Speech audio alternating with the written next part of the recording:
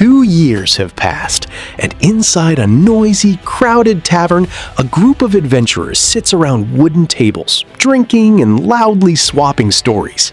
The topic on everyone's lips is a mysterious masked swordsman who has taken the adventurer community by storm. One adventurer mentions that a friend of his actually teamed up with this famous swordsman. He describes him as quite short and says he travels alongside the well-known Jasmine Flamesworth. A loud, scarred man named Turman slams his drink down on the table, calling all the rumors complete nonsense. He refuses to believe that an ordinary swordsman could accomplish such crazy feats. The other adventurers push back, pointing out that the rumors are almost certainly true. They recount how this masked youth supposedly cleared an entire dungeon all by himself, something even veteran B-class augmenters couldn't pull off. Turman bitterly laughs it off, insisting that Jasmine must have done all the heavy lifting for the kid. Nearby, a borderline C-class adventurer quietly listens to the conversation while taking a sip from his mug. He thinks to himself about how insane the rumors really are. According to the stories going around, this masked kid didn't just pass his exam to instantly land in B-class, he moved all the way up to A-class in just 2 short years. For someone who has failed to rank up for 3 straight years, it feels almost impossible. But he understands why Turman is so angry. Turman is a proud veteran B-class augmenter, and hearing that a kid has completely outshone him is a massive hit to his massive ego. Suddenly, the creak of the tavern door shatters the atmosphere.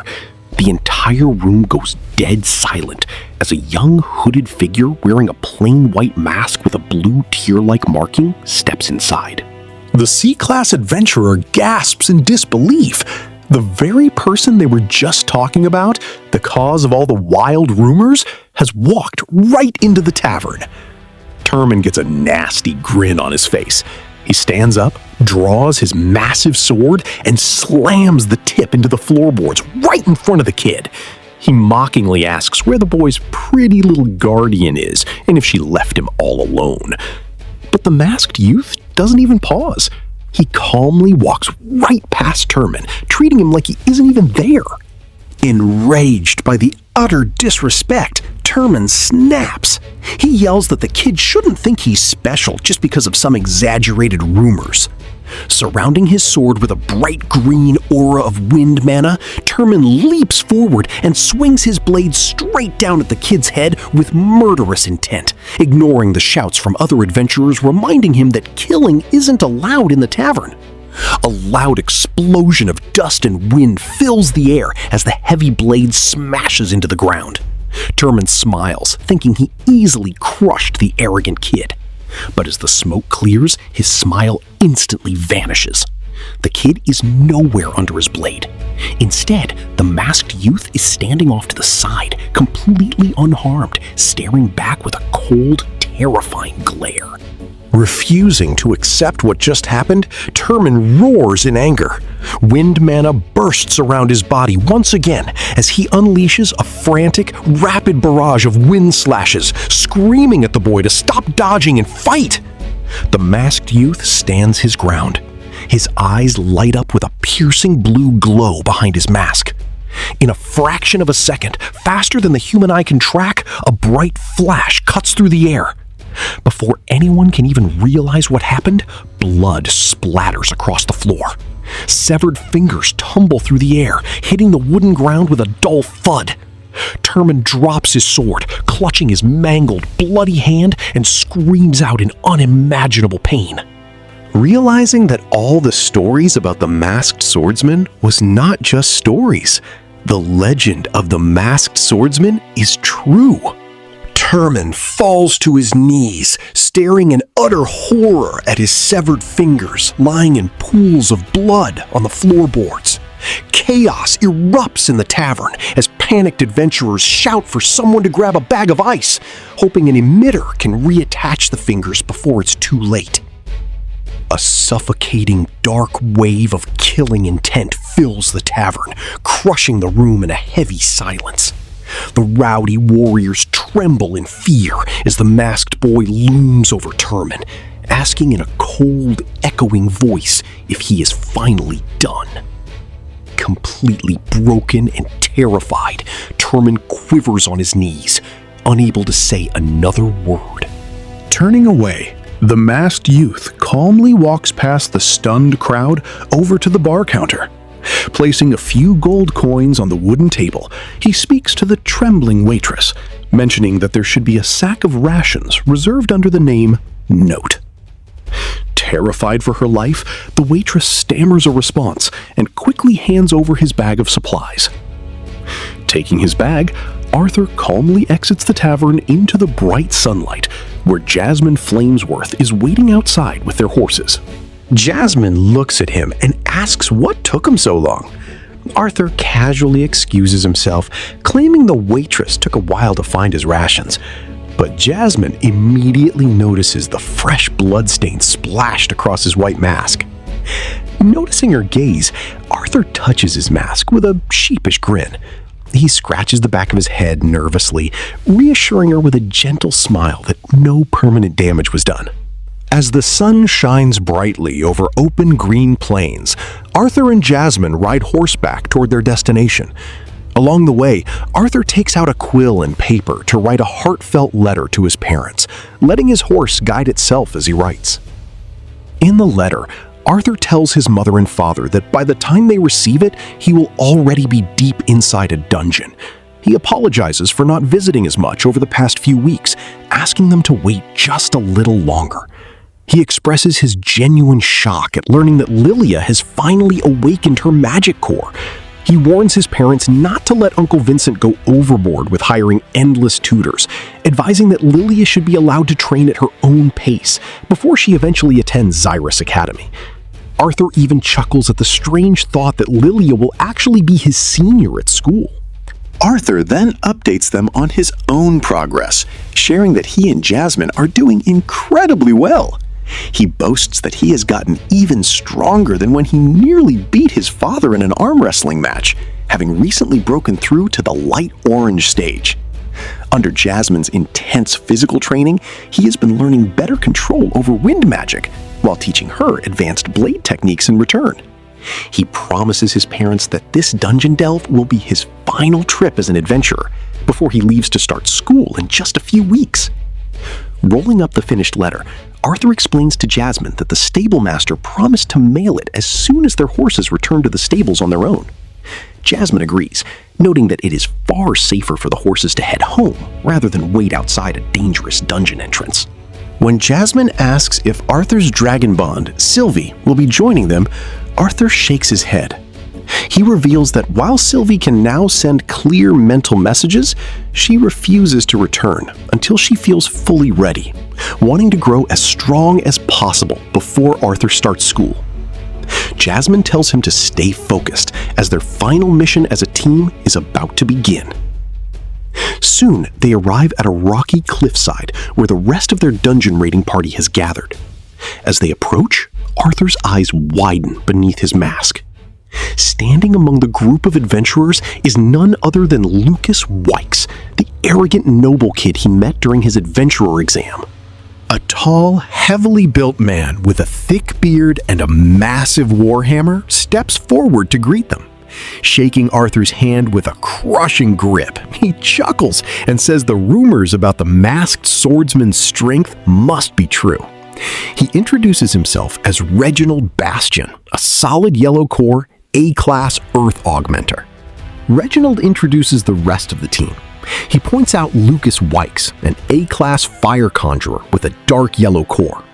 Next is Cryo Masser, a heavily armored water augmenter who acts as the party's tank.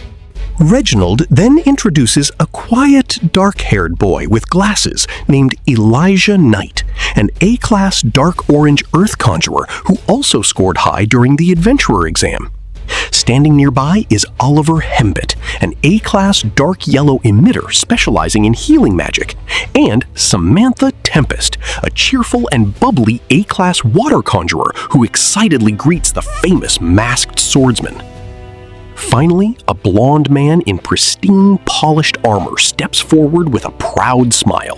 His name is Brawled Landon, a newly ranked AA-class light yellow fire augmenter who announces that he will be leading the party today. When it is time for Jasmine and Arthur to introduce themselves, Jasmine calmly states that she is an AA-class light yellow wind augmenter who uses dual swords. Brawled smiles, pleased to have another AA-class fighter in the squad. Arthur then introduces himself under his alias, Note, declaring himself an A-class light orange fire augmenter.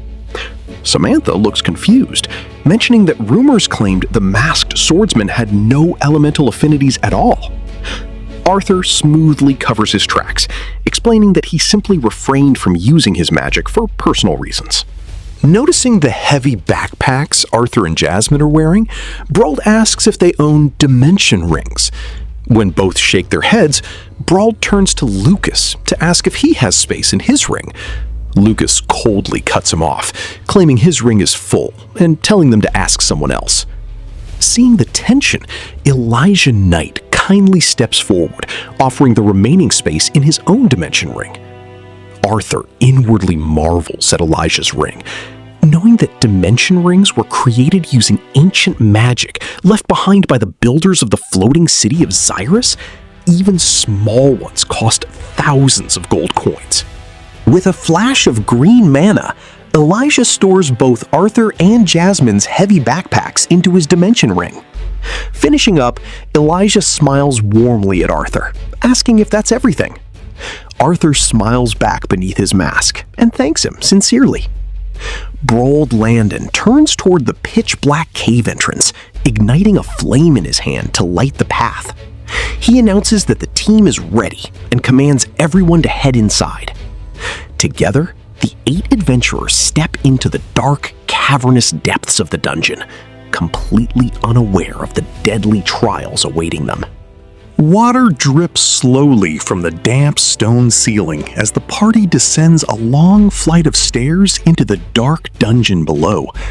Brawled warns everyone to stay on high alert, but as they step onto the cavern floor, Lucas looks around in confusion.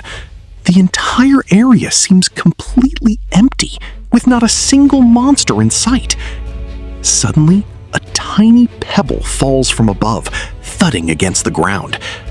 Brawled glances up into the pitch-black shadows of the ceiling. In an instant, dozens of glowing red eyes snap open in the darkness. Brawled screams out a warning as a horde of bat runners, grotesque, skinny, bat-like creatures with razor-sharp claws, drop down from the ceiling like a terrifying rain. One of the screeching monsters dives straight toward Oliver, the team's healer. Before it can touch him, Jasmine dashes forward with incredible speed, her dual swords flashing in the dim light as she slices the beast cleanly in half. Beside her, Creel slams his massive tower shield down, crushing several monsters beneath its weight. Reginald swings his heavy warhammer, smashing incoming bat runners into the stone walls. Taking action, Oliver raises his wooden staff and chants a buff spell. Glowing circles of light erupt under everyone's feet, granting the entire team enhanced strength and resilience. Elijah also showcases his impressive skills, raising his hand to sprout sharp rock spears directly from the ground, impaling multiple airborne bat runners with effortless precision. Brawled slashes through the monsters with his sword, shouting at the team to get in formation. He tells everyone not to waste their energy trying to kill every single beast, ordering them to save their mana and push forward instead. Ignoring Brawled's orders, Lucas steps forward with a smug grin. Raising his red-gemmed staff into the air, he chants a high-level spell, summoning a massive fire cyclone. A towering vortex of roaring flames engulfs the cavern, burning the entire swarm of bat runners to ash in a matter of seconds. While Lucas stands proudly amidst the inferno, Brawled is furious. Stabbing his sword into the ground, Brawled grabs Lucas by his collar, harshly scolding him for wasting so much mana on an overkill attack. Brauld reminds him of where they are, but Lucas arrogantly yanks Brauld's hand away, claiming he killed the beasts quickly so everyone else wouldn't have to waste their own mana. Arthur watches the argument quietly from behind his mask. Looking down at the charred remains of the Batrunners, he sees their mangled bodies already beginning to twitch, reconstruct, and rise back to their feet.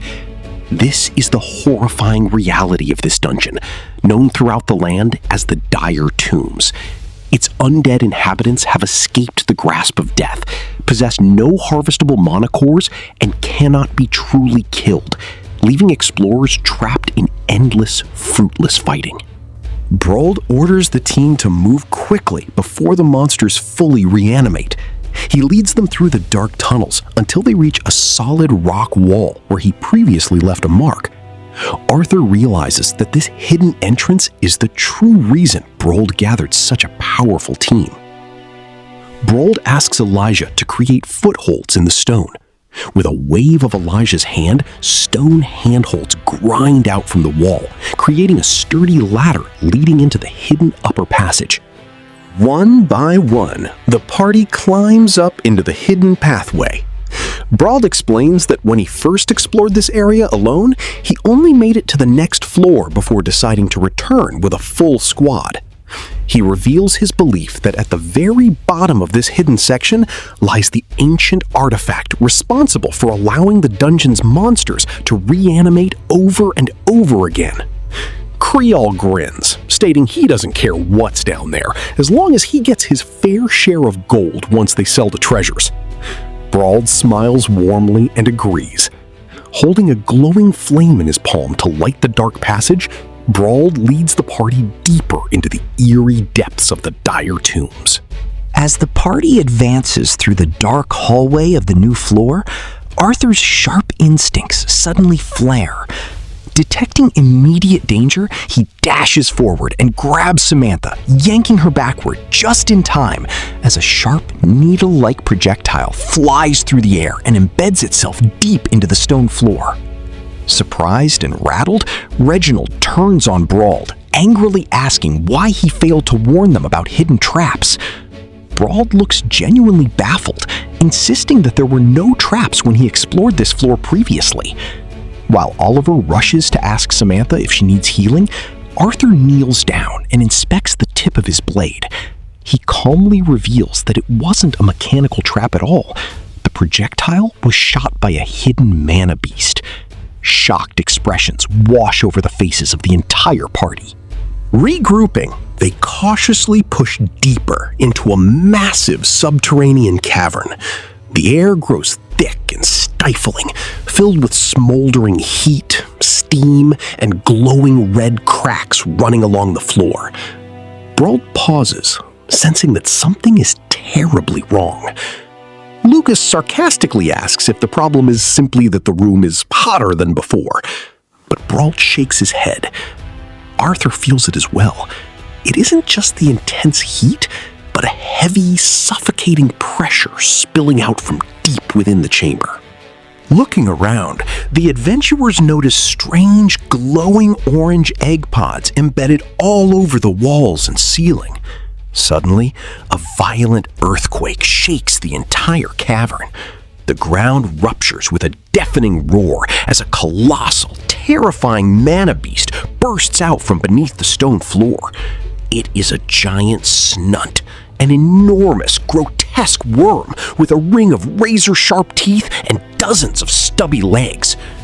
Horrified by the massive monster, Oliver gasps in fear. Acting quickly, Creel charges to the front lines, channeling his water magic to reinforce his giant tower shield. He manages to brace against the thrashing worm, holding its massive body back. Creel shouts to Brauld, asking if this creature was here during his last visit. Brauld yells back that it wasn't, completely bewildered as to how a new species of mana beast could suddenly appear in an isolated dungeon like this.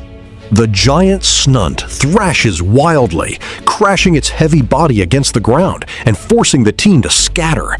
However, as dust fills the air, both Elijah and Arthur notice something strange. The giant worm isn't actually trying to attack the party. Instead, it is completely focused on digging toward the glowing egg sacs lining the cavern walls. Clearing his throat, Oliver foolishly scoffs at the team, asking if they are just going to stand around watching a worm dig rather than searching for the artifact. Wanting to show off, Oliver begins walking deeper into the cavern, telling Samantha to follow closely so he can protect her. Samantha shrinks back, nervously telling him that advancing alone is a terrible idea. Brauld screams at Oliver to get back, warning that they need to assess the situation before stepping any further into the cavern. Suddenly, Arthur's senses detect an alarming spike in energy. The egg sacs lining the walls are about to violently explode. Turning toward Lucas, Arthur barks out an urgent command, yelling at him to cast a heat wave barrier. When Lucas hesitates in surprise, Arthur grabs Brauld by his armor collar, his eyes glowing with a deadly blue light beneath his mask, and roars, "Now!" Intimidated by the overwhelming authority in Arthur's voice, Lucas clicks his tongue and instantly raises his staff, summoning a powerful wall of defensive fire magic. A dome of roaring heatwave barrier encapsulates the squad just in time. However, Oliver is left trapped on the outside. Before Oliver can react, the glowing egg pods across the cavern's ceiling and walls violently rupture.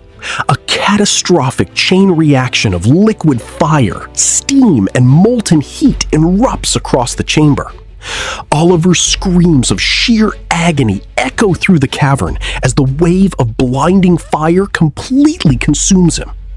In a matter of seconds, the intense heat incinerates his flesh, reducing his body to a smoking skeleton on the stone floor.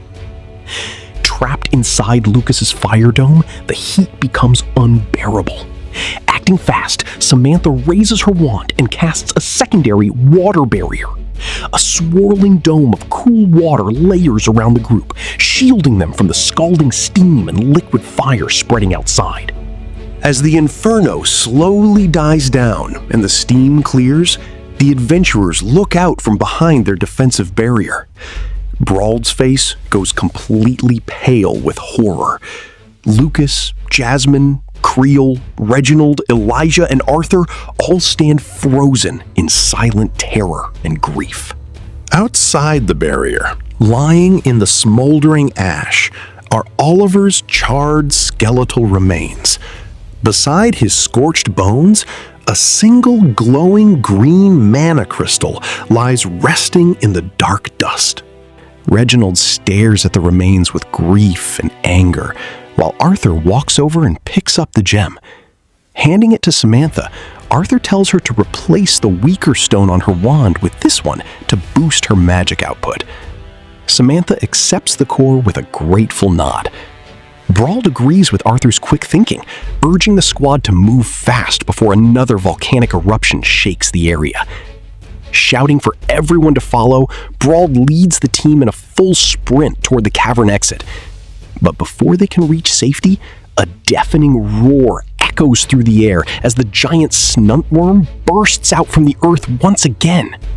Acting on instinct, Creel channels his water magic into a churning shield to divert the monster's path. Samantha raises her wand, casting her spell, Siren's Howl, firing a concentrated torrent of water that slams into the giant beast and stuns it. Elijah quickly follows up with Stone Serpent's Grasp, summoning massive arms of solid rock from the ground that wrap tightly around the worm's thick body. Despite the impressive combination, Brauld notices with dread that Elijah's rock bindings haven't left a single scratch on the beast's armored hide. Coating his sword in bright fire magic, Brauld orders Jasmine and Reginald to attack with him, aiming directly for the space between the worm's eyes. Reginald leaps forward with his heavy hammer, while Jasmine swirls through the air with dual blades drawn. Watching from the backlines, Lucas hesitates. Sweating profusely, he stares at the chaotic battle with wide eyes, silently asking himself in disbelief if he is actually feeling afraid. Recognizing that ordinary fire magic won't pierce the monster's hide, Arthur decides to turn up the heat. Concentrating intense flame around his leg, Arthur activates his piston stamp technique, launching himself into the air like a rocket. He delivers an explosive, fire-infused kick straight into the giant worm's face, shattering its defenses. Arthur immediately calls out for Jasmine to finish it. Capitalizing on the opening, Jasmine whirls into a fierce wind hurricane, her blades slicing deep into the snunt's head and neck. Blood sprays across the cavern as the shrieking monster gives up the fight, burrowing back into the earth to escape. Creel shouts that the worm is fleeing, and Brauld lets out a sigh of relief, declaring them safe for the moment, while praising Jasmine for her incredible teamwork. Lucas bitterly mutters to himself, annoyed that simple attacks were enough to drive the monster away. Suddenly, violent tremors rumble through the floor once more. Arthur's eyes widen behind his mask as a horrific realization hits him. The giant snunt wasn't fighting to kill them. It was intentionally stalling them to buy time for the cavern's next eruption. Before anyone can react, columns of roaring fire and molten lava erupt from the ceiling and floor. Creel uses his water shield to protect Elijah, while Reginald takes cover behind a rock ledge. Nearby, Lucas collapses to his knees in panic, frantically trying to chant a defensive fire spell as a massive blast of flame prepares to rain down directly on top of him. Refusing to let anyone die, Arthur leaps across the exploding ground, grabs Lucas by his collar, and commands him to cast the barrier right now. Overwhelmed by Arthur's intensity, Lucas completes his spell, summoning a heat wave barrier just as a blinding wave of fire and lava erupts overhead. As the fiery barrier holds off the inferno, Lucas shoves Arthur away, yelling at him to get off. Arthur looks back through the smoke, shouting Brauld's name in concern. On the other side of the flames, Brauld stands near Samantha, using his body to shield her from the heat and giving her a reassuring smile. But as Samantha looks up at him, a stray blast of fiery debris crashes directly into Brauld. Blood splatters across the floor as Brauld is struck down, leaving Samantha screaming in pure horror as her leader collapses heavily to the ground beside her. In the aftermath of the terrifying explosion, agony echoes through the cavern as Brauld screams in pain. The volcanic blast has severed his right arm below the elbow. Samantha rushes over to use her water magic to soothe the burn, while Reginald and the others help bandage the stump and tend to Brauld's life-threatening injury.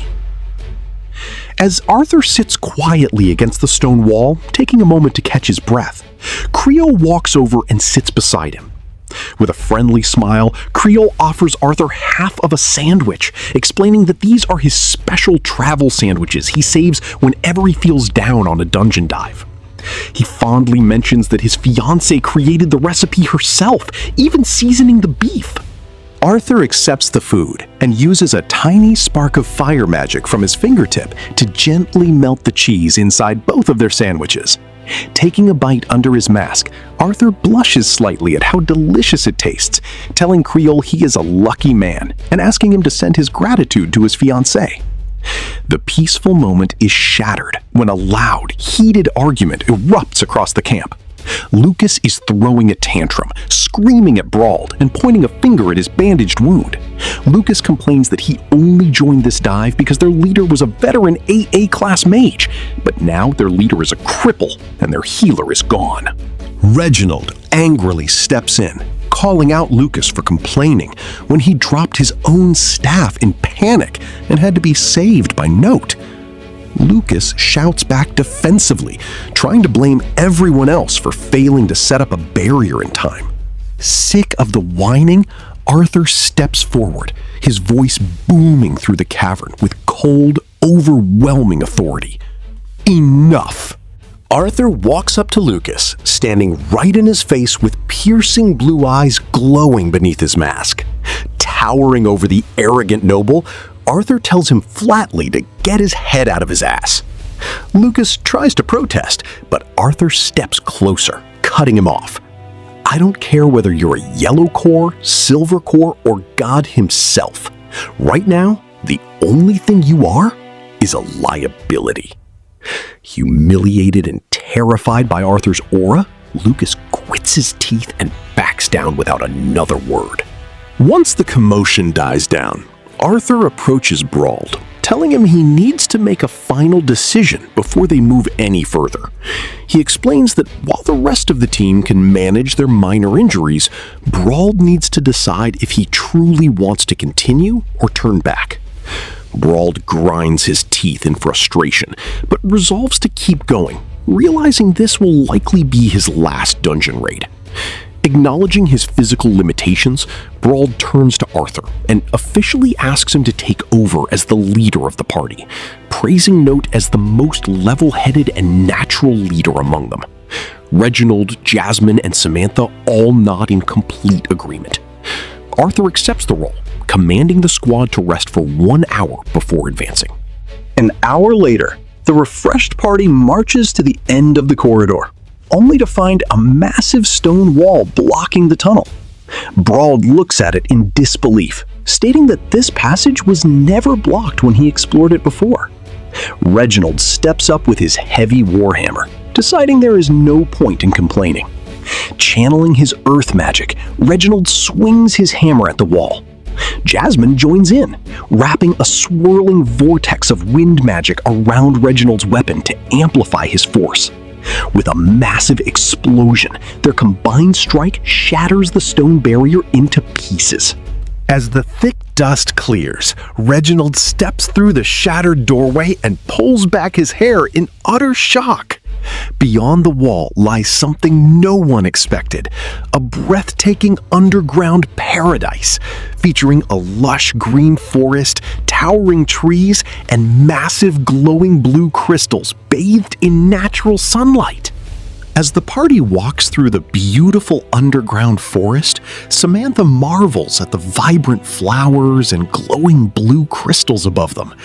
Creel remains on high alert, noticing that there aren't even any stone pillars supporting the massive cavern ceiling above them. Creel suddenly rubs his eyes, complaining that he feels strangely exhausted and asking if they can take a break. Sensing that something is deeply wrong, Arthur firmly tells the team that they aren't stopping, ordering everyone to keep their guards up. Suddenly, a thick mist rolls through the trees. Jasmine stares into the fog, her eyes widening in shock as she sees a tall silhouette holding its arms out toward her. Beside her, Creel looks into the mist and bursts into tears. He cries out the name Clara, yelling that he knew she couldn't be dead, and recklessly sprints into the foggy forest. Reginald and Arthur shout for him to stop, but Creel vanishes into the dense mist before anyone can catch him. Jasmine grabs Arthur's arm, warning him that the strange mist is creating powerful mental illusions. Realizing why he felt so uneasy, Arthur shouts for the party to stick together and commands Samantha to cast a barrier. Samantha raises her wand and casts Water Barrier, enveloping the remaining squad members inside a protective dome of swirling water. Inside the safety of the dome, Samantha softly asks who Clara was. Reginald grips his warhammer with a heavy sigh, revealing that Clara was Creel's fiancée, who was killed in a dungeon years ago. He explains that he saw her body with his own eyes and even helped cremate her, making it impossible for her to be alive. While Lucas throws another tantrum about the mission falling apart, Arthur notices Jasmine standing quietly, deeply shaken by what she saw.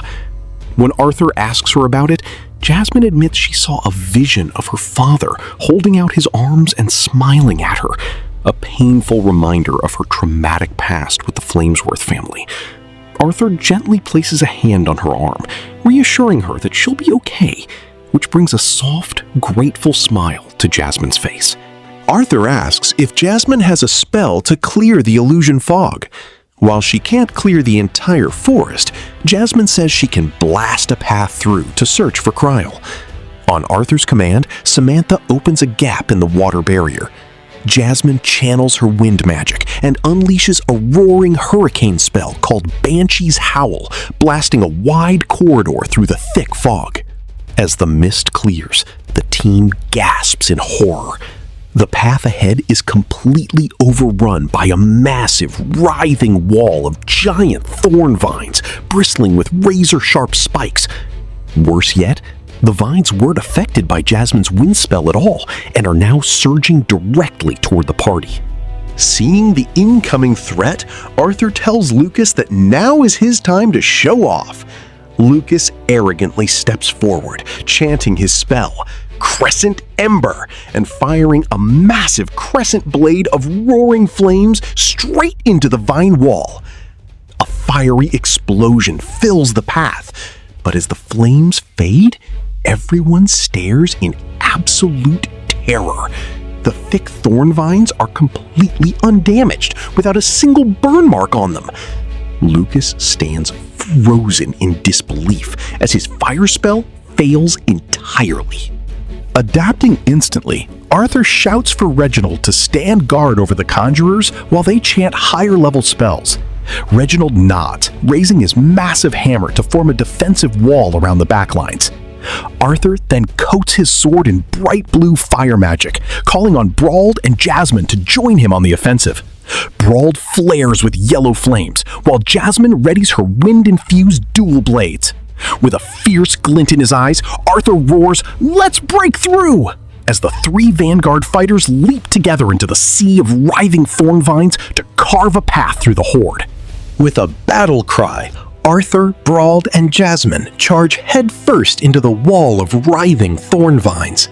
Jasmine's wind blades slice through the roots, while Brauld and Arthur use fire-infused swords to carve a path forward.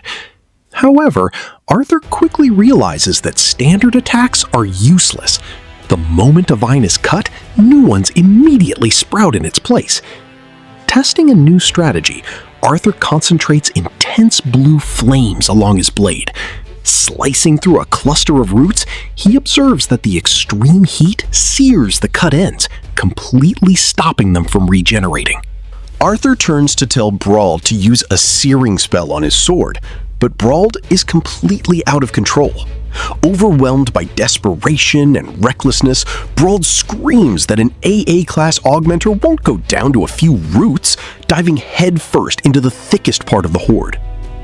Within seconds, Brauld's recklessness costs him. Dozens of thorny vines wrap tightly around his legs, torso, and throat, choking him and lifting his body into the air. Before Brauld can be crushed, Arthur flashes across the battlefield like lightning, his sword slicing through the vines and sending Brauld crashing to the ground. Standing over the gasping man, Arthur looks down coldly beneath his mask. "You said this would be your last dungeon raid earlier. Was it because you planned on dying here? If not, then fight smart. We still need you." Brauld stares up at Arthur in humbled silence, speechless at the boy's wisdom. Meanwhile, Lucas drinks a mana potion and steps up to cast Liquid Fire, coating the ground in a sticky, highly flammable liquid flame. Sensing a vine rushing toward Elijah, Reginald shouts a warning. Dodging the attack, Elijah slams both hands onto the earth, casting a spell that cracks the cavern floor open. A massive crater sinks the ground, trapping the burning roots inside a fiery pit to slow their regeneration. Seeing an opportunity, Samantha steps forward with her wand and casts Aqua Siphon, a utility spell normally used to gather drinking water from the environment. Powered by her new green gem, Samantha's spell forcibly drains all the moisture directly out of the thorn vines. Deprived of water, the massive vine horde instantly withers and crumbles to dust. Completely drained of mana, Samantha faints, but Arthur catches her safely in his arms. Looking down at her, Arthur praises her brilliant play, telling her it was impressive to adapt a utility spell for combat.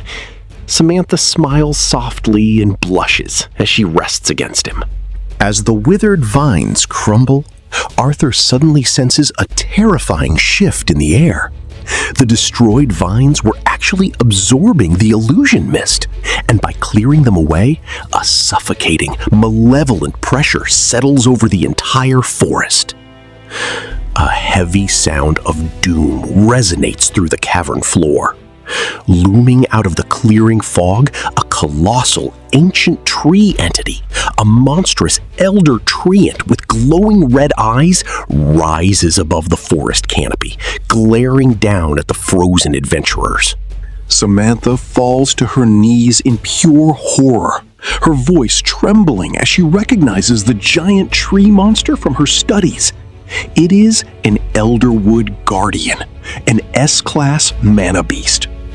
Brauld laughs hysterically, sweat pouring down his face, remarking that the gods must really want them dead. Reginald stares in disbelief, unable to comprehend what an S-Class monster is doing in this dungeon. But as Reginald looks closer at the creature's chest, his blood runs cold. Trapped inside the wooden body of the Elderwood Guardian, wrapped in thorny vines, is Creole. Overcome by the illusion mist, Creole hangs helpless, weeping softly and calling out to his deceased fiancée, Clara. Devastated by the sight of his suffering friend, Reginald snaps. Tears streaming down his face, he screams Creole's name and channels his earth mana, encasing his entire body in heavy rock armor. Arthur shouts at him to stop, warning that they cannot fight an S-Class beast, but Reginald ignores the warning and charges the monster alone. The Elderwood Guardian raises a massive, thorny vine arm and swings it down to crush Reginald. Arthur quickly yells for Elijah to shield him. Channeling his mana until his nose begins to bleed, Elijah chants a powerful earth spell, sprouting a heavy stone dome around Reginald just as the massive vine arm crashes down with shattering force. While the stone shield holds off the blow, Arthur grabs Jasmine's arm, telling her they have no choice but to evacuate. Jasmine stares at him with tear-filled eyes, shouting that she promised his family she would keep him safe and refusing to abandon their allies. Arthur grips her hand firmly, reassuring her that they won't leave anyone behind, but they must act smart to survive. Desperate to give his team time to escape, Reginald bursts out of Elijah's stone shield in his rock armor, swinging his warhammer at the giant monster to draw its attention.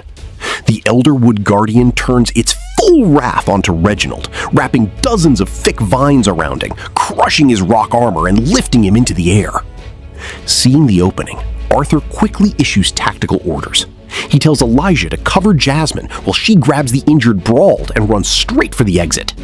Carrying the unconscious Samantha on his back, Arthur turns toward Lucas, shouting for him to use his fire magic to burn the vines strangling Reginald. But Lucas isn't listening. A twisted, sinister expression fills Lucas's face as he turns his staff away from the monster and points it directly at Arthur.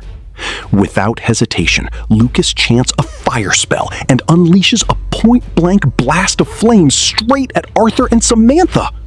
Caught completely by surprise, Arthur is blasted backward by the explosion, falling into the brush as Lucas betrays his own team. After blasting Arthur, Lucas stumbles through the cavern, his mind completely consumed by twisted, noble pride. He mutters to himself that he is a member of the mighty Wykes family, and that it is his duty to stay alive to pass on his lineage. Reaching the dungeon's exit portal, Lucas turns around and fires a massive blast of flame into the gateway, collapsing the passage to ensure no one else can follow him. Back in the forest, Arthur lies on the ground, his clothes scorched and bleeding from the surprise attack. Seeing Arthur hurt, Jasmine flies into a rage and charges at Lucas. But before she can reach him, Lucas fires a point-blank stream of fire magic directly into her chest. The explosion sends Jasmine flying backward, slamming hard against a stone wall and falling unconscious. Elijah drops to his knees, bleeding from his nose and screaming in pure rage at Lucas's betrayal. Lucas grins psychotically, mocking them all as pathetic commoners. He arrogantly tells Elijah that they should feel honored to die as heroes who stalled the beast for him, promising to tell everyone about their courageous sacrifice before vanishing into the collapsing portal. With the exit destroyed, the S-Class Elderwood Guardian turns its terrifying gaze onto the remaining survivors. Refusing to go down without a fight, the crippled Brawl ignites his entire body in flames and charges the monster, shouting at the tree giant to stop picking on kids and fight him instead. The Elderwood Guardian lets out a deafening roar and easily swats Brawl aside, crushing him against the rock wall with its massive vine arms. Elijah lies helpless on the dirt, coughing up blood from mana exhaustion as the giant monster looms directly above them. Through the dust and smoke, Arthur slowly pushes himself up off the ground. Half of his white mask has been shattered by the fire blast, revealing his blood-streaked face underneath. Coughing up blood, Arthur looks around at his defeated allies. Jasmine lying unconscious, Brawl crushed against the wall, and Elijah bleeding on the dirt. Arthur knows that their situation is completely hopeless. He looks down at his trembling hands, aware that using his ultimate power carries a recoil so severe it could kill him. But looking at his dying friends, Arthur realizes he has no other choice. Hanging his head, Arthur takes a deep breath as a powerful aura surges through his body. Glowing golden dragon runes begin to ignite across his arms, chest, and skin, pulsing with ancient power. As he prepares to unleash his dragon will, Arthur releases his Phase 2 of his Dragon's Awakening. As Arthur activates his dragon will, he reflects on his intense training in Eleanor under Grandpa Virion.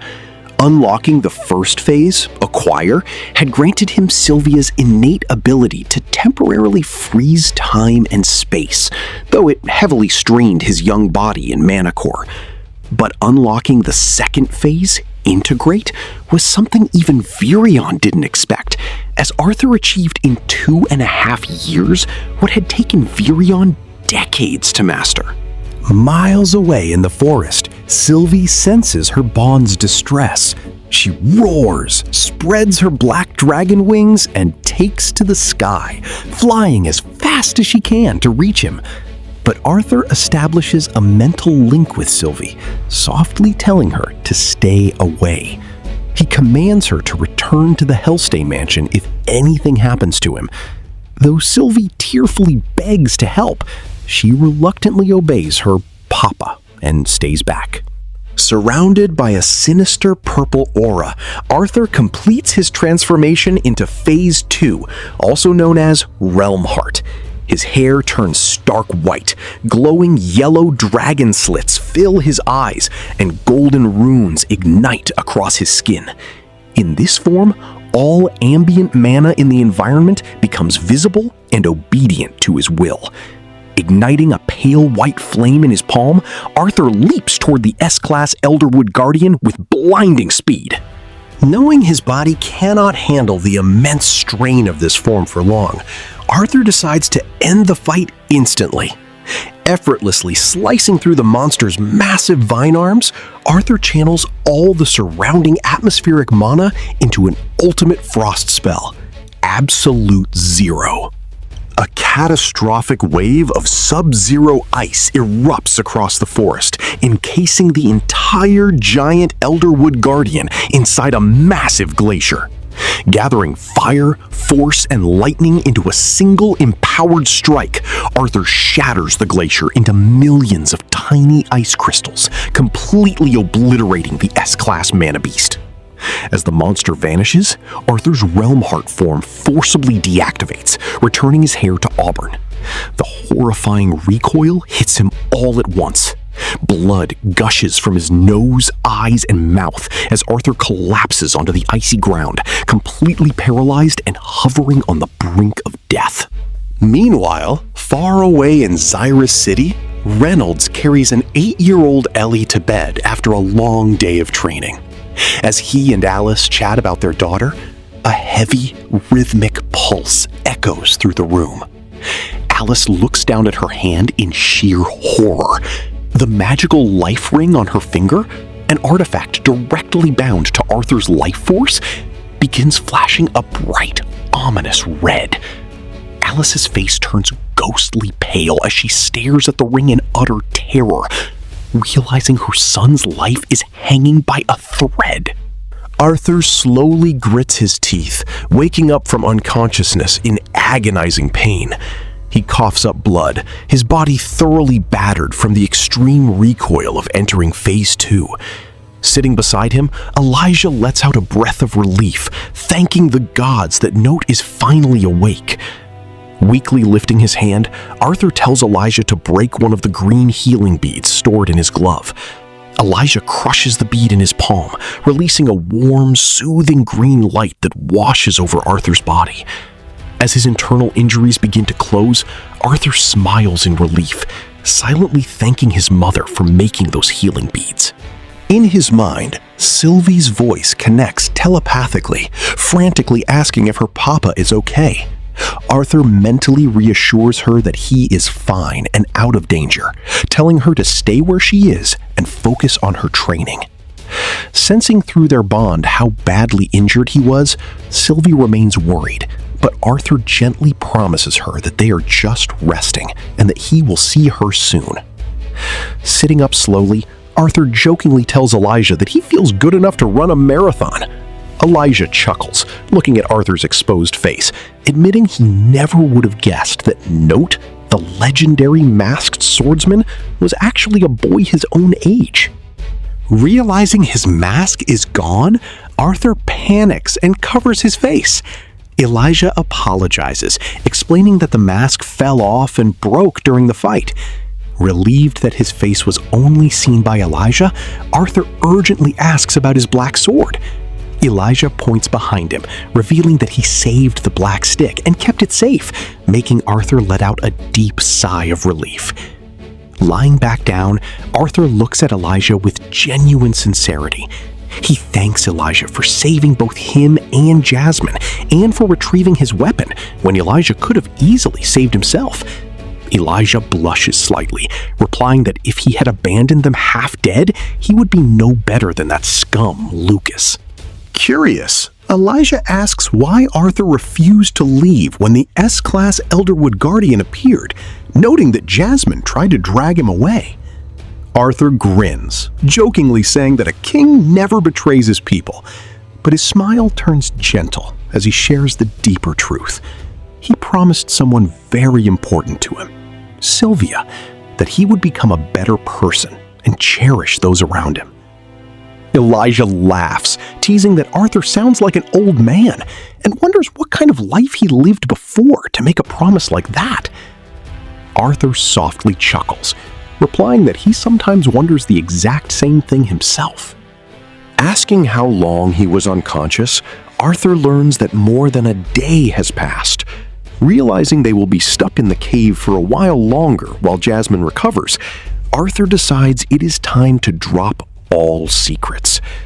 Extending his hand with a warm, genuine smile, Arthur introduces himself to his new friend without any masks. I'm Arthur Leywin, but you can call me Art. Elijah smiles back and shakes his hand warmly, cementing a true bond between the two boys. Inside the metal shelter, Arthur looks around at the walls and asks Elijah about the structure. Elijah explains that he conjured it just as the cavern caved in, realizing the Elderwood Guardian's body was the only thing holding the cave up. Arthur thoughtfully points out that even among dwarven metal deviants, mages can only manipulate existing metal, not create or conjure it from thin air. Realizing Arthur has figured out how unusual his magic is, Elijah chuckles nervously. In exchange, Elijah demands to know about Arthur's power, asking why his hair turned white, his eyes glowed purple, and glowing symbols appeared on his body. Sensing Arthur's hesitation, Elijah opens up about his own past. He reveals that while he was raised in the kingdom of Darv by an orph named Elder Radius, he has no idea where he truly came from or who his parents were. He recalls that when he broke into the dark orange stage as a child, he blacked out and woke up surrounded by sharp spikes of black metal. Immediately after that incident, Elder Radia sent him out to explore Daikathan without explaining why, leaving Elijah with a constant, unexplainable itch about his true origin. Suddenly, Jasmine groans in her sleep, adorably muttering about fish being tastier than others. The cute sleep-talking completely shatters the serious mood, making both boys burst into laughter.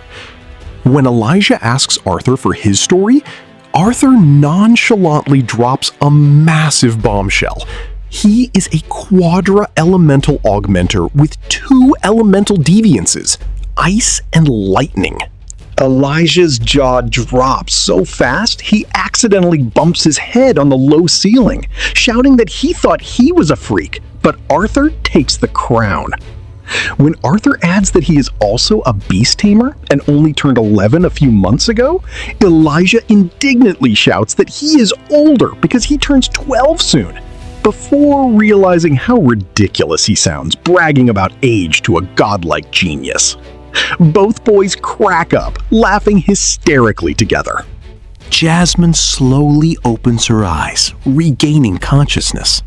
Seeing Arthur sitting alive beside her without his mask, she sits up and pulls him into a tight, emotional hug. Tears streaming down her face, Jasmine sobbed repeatedly, apologizing over and over for failing to protect him and dragging him into this mess. Realizing how small and vulnerable Jasmine actually feels beneath her stoic exterior, Arthur gently pats her head, comforting her and promising that he is fine. Pulling back, Jasmine notices his severe burns and immediately asks Elijah for the medical kit, carefully wrapping clean bandages around Arthur's body. With his wounds bound and his strength returning, Arthur stands up, leaning on Elijah and Jasmine for support. Looking at his 2 companions with a warm, triumphant smile, Arthur declares, "Now then, it's about time we head back home." Stepping out of the metal shelter, Arthur, Jasmine, and Elijah take in the frozen wasteland left behind by Arthur's absolute zero spell. Jasmine solemnly notes that both Reginald and Brauld were consumed by the Elderwood Guardian during the battle, making it almost certain they didn't survive. Remembering Samantha, Elijah explains that he managed to enclose her in a metal shelter before the cave-in separated them. Kneeling on the icy ground, Elijah channels his earth mana to cast a scanning spell called Earth's Pulse. Glowing ripples of energy surge deep into the bedrock. Arthur watches in surprise, amazed that Elijah can scan far beneath the Earth's surface, rather than just the topsoil. Within moments, Elijah's eyes snap open as he detects a heartbeat underground. Rushing to the location, Elijah uses earth magic to break open the buried metal shelter, revealing the injured and unconscious Samantha inside. As Elijah reaches out to pull a thick vine off her leg, Arthur stops him, explaining that the vine is acting as a natural splint for her broken bone. After checking her pulse, Arthur confirms that while she has a fever, her breathing is steady and her life isn't in immediate danger. Jasmine lifts Samantha into her arms to carry her. Arthur looks around the vast field of broken ice crystals, sighing that the S-Class Elderwood Guardian's priceless beast core is likely lost forever beneath tons of heavy rubble. Suddenly, a massive thud vibrates through the ground. A shadow looms overhead as a sleek, magnificent black dragon with sharp horns and glowing golden eyes lands gracefully before them. It is Sylvie, having grown significantly larger during her training. Sylvie happily greets her papa telepathically. Arthur smiles warmly, teasing her about how much height, width, and weight she has gained. Overjoyed to see him alive, Sylvie gives Arthur a giant slobbery dragon lick, leaving his red hair completely soaked in slime. Elijah loses his mind in pure shock, pointing a shaking finger and stammering that dragons have been extinct for centuries. Arthur casually confirms that Sylvie is indeed a dragon and his bonded companion, asking Elijah to keep her a secret, just as Jasmine does. To show her affection to the rest of the team, Sylvie leans over and gives Jasmine a giant slobbery lick as well, leaving dragon drool dripping from Jasmine's hair while she stands there with a deadpan expression. Elijah stands frozen, his brain completely overwhelmed as he lists Arthur's insane identity in his head. 11 years old, quadra-elemental augmenter, dual-element deviant, and bonded to a legendary dragon. With Samantha secured and Jasmine mounted beside him on Sylvie's back, Arthur looks down at Elijah with a bright, confident smile, extending a hand and declaring that it's time to head home. As Sylvie carries the survivors out of the collapsing dungeon, Samantha slowly wakes up in Jasmine's arms. Looking up at Arthur's unmasked face, she softly mutters that he looks much better without his mask. Reaching into her dress, Samantha pulls out a glowing, swirling green crystal orb. To everyone's absolute shock, she has recovered the S-Class Elderwood Guardian Beast Core, having snatched it right before the cavern caved in.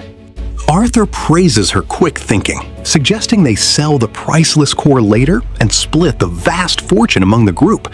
But Jasmine and Elijah immediately refuse their share, insisting that Arthur single-handedly killed the S-Class monster and earned the reward. Samantha presses the glowing gem into Arthur's hands, telling him that thanks to him, she is alive and that he truly deserves it. Touched by their selflessness, Arthur accepts the core. Once they reach a safe resting spot near the dungeon exit, Arthur asks Jasmine and Elijah to head to the guild hall to bring back medical help for Samantha. Before leaving, Elijah uses his dimension ring to hand Arthur his travel bag. With a small amount of his mana restored, Arthur pulls out a message scroll. He writes a quick note to his parents, letting them know he is safe, and burning the paper with fire magic so the message instantly transmits to his family scroll in Xyrus City, clearing away their fear. Turning to Sylvie, Arthur asks if she grew so massive by hunting mana beasts and eating their cores. Sylvie happily confirms this telepathically with a proud roar. When Arthur asks if she can still shrink down, Sylvie closes her eyes. A dark purple aura wraps around her large dragon body, and in a flash of light, she transforms back into her cute, tiny black kitten form, leaping happily onto Arthur's lap. Knowing it will take a few hours for Elijah and Jasmine to return with help, Arthur holds the S-Class Elderwood Guardian Beast Core. Combining its dense energy with his dragon-assimilated body, he begins absorbing its mana to heal his severe internal injuries. As the green mana flows into his core, images of Lucas Wykes' cowardly betrayal flash through Arthur's mind. Brauld being crushed, Jasmine getting blasted into a wall, and his friends suffering. Gripping his cracked mask in his hand, Arthur's blue eyes narrow with a cold, terrifying rage. He silently vows that no matter how long it takes, he will make Lucas Wykes pay for what he did, and he won't settle for mere petty revenge. Deep within the frozen ruins of the dire tombs, guild investigators examine the shattered battlefield, while Samantha and Arthur receive emergency treatment in the infirmary. In the office of Guild Director Caspian Bladeheart, Arthur, Jasmine, and Elijah provide their official statements. Just as Caspian offers them a chance to rest before the formal hearing, the office doors slam open. Lucas Wykes enters, surrounded by 4 armored guards, his body bandaged and a patch covering his bloody left ear. Jasmine and Elijah instantly draw their weapons to protect Arthur, but Arthur calmly tells them to stay back. Lucas grins mockingly, accusing Arthur of sacrificing Brauld to save his own skin. Before Lucas can even finish his sentence, a flash of silver cuts through the air. In less than a second, Arthur's sword tip stops a millimeter from Lucas's neck, neatly slicing a chunk off his ear in the process. Blood drips down Lucas's neck as he freezes in absolute horror. Shaken, the 4 guild guards raise their spears and charge Arthur.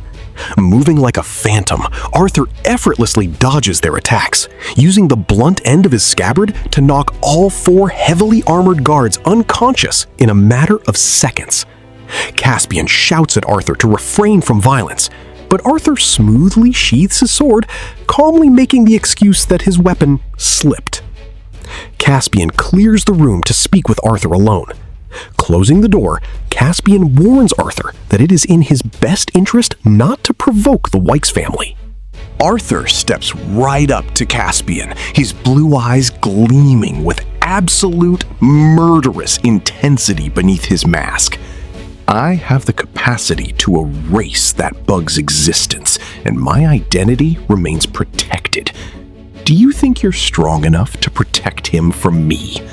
Surrounded by Arthur's suffocating killing intent, Caspian trembles, internally wondering how many thousands of men and beasts this masked boy must have slaughtered to possess such a terrifying gaze. Clearing his throat, Caspian clarifies that he is offering genuine advice. He warns Arthur that if Lucas dies, the powerful Wykes family won't stay idle. They will ruthlessly hunt down everyone connected to him, including Jasmine, her family, and the entire Twin Horns Guild, former and current members alike. Furthermore, Caspian warns that going after House Wykes is suicide unless Arthur is strong enough to defeat Lucas's half-brother, Byron Wykes, one of the continent's elite lances.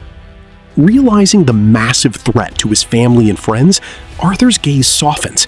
He thanks Caspian for the crucial warning, realizing that he must gain far greater power before making his move. Leveraging his position, Arthur points out that helping a prodigy like him is in the best interest of the Adventurers Guild. Impressed by Arthur's supreme confidence, Caspian bows, promising to offer any assistance Arthur requires. Arthur outlines his requests to prepare for his upcoming enrollment at Xyrus Academy. Stepping out of the office, Elijah nervously asks Arthur if he still plans to kill Lucas. Arthur calmly replies that now is simply not the right time, suggesting they grab a bite to eat with Sylvie before the hearing begins, leaving his companions in awe of his unwavering composure. An official's voice echoes through the grand courtroom of the Adventurers Guild, ordering everyone to rise as the Council of High Judges takes their seats. In the center of the chamber stand Lucas Wykes and Arthur under his alias, Note. Reading the official verdict, the head judge formally strips Lucas Wykes of his A-class ranking and bans him from re-enlisting as an adventurer. Slashing his gavel down, the judge orders Lucas to hand over his adventurer card. Beneath his bandages, Lucas smirks, treating the ban as a minor slap on the wrist. Arthur inwardly scoffed, knowing that noble privilege saved Lucas from going to prison. Addressing Arthur next, the head judge acknowledges Note's legendary accomplishment of single-handedly killing an S-class mana beast. However, citing Note's open hostility toward Lucas, the council formally bans Note from Xyrus City for the entire duration of Lucas's attendance at Xyrus Academy. Knowing this fake ban was secretly pre-arranged with Caspian to keep his true identity as a Xyrus student hidden, Arthur puts on a dramatic acting performance. He loudly objects to the verdict, demanding to know why he is being penalized for stopping a traitor. The head judge shuts him down, declaring that his adventurer license will remain active as long as he stays far away from the Wykes family. Terrified that Note will simply take off his mask and enter the city unnoticed, Lucas panics, demanding to know Note's real identity.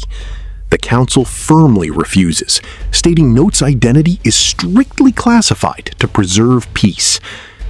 As guards escort Lucas out, he screams at Arthur, warning him to stay at least 5 cities away from him at all times. Arthur slowly turns his head, a cold blue eye gleaming through his cracked mask as he delivers a chilling response. Idle threats as you run away make you seem petty. Boy. Humiliated and furious, Lucas is dragged out of the hall. Head Judge steps up, offering to personally escort Arthur out through a secret back hallway. Leading him into a hidden library, Judge locks the door and asks if their little charade in court was to Arthur's satisfaction. Arthur thanks him, noting the performance was completely believable.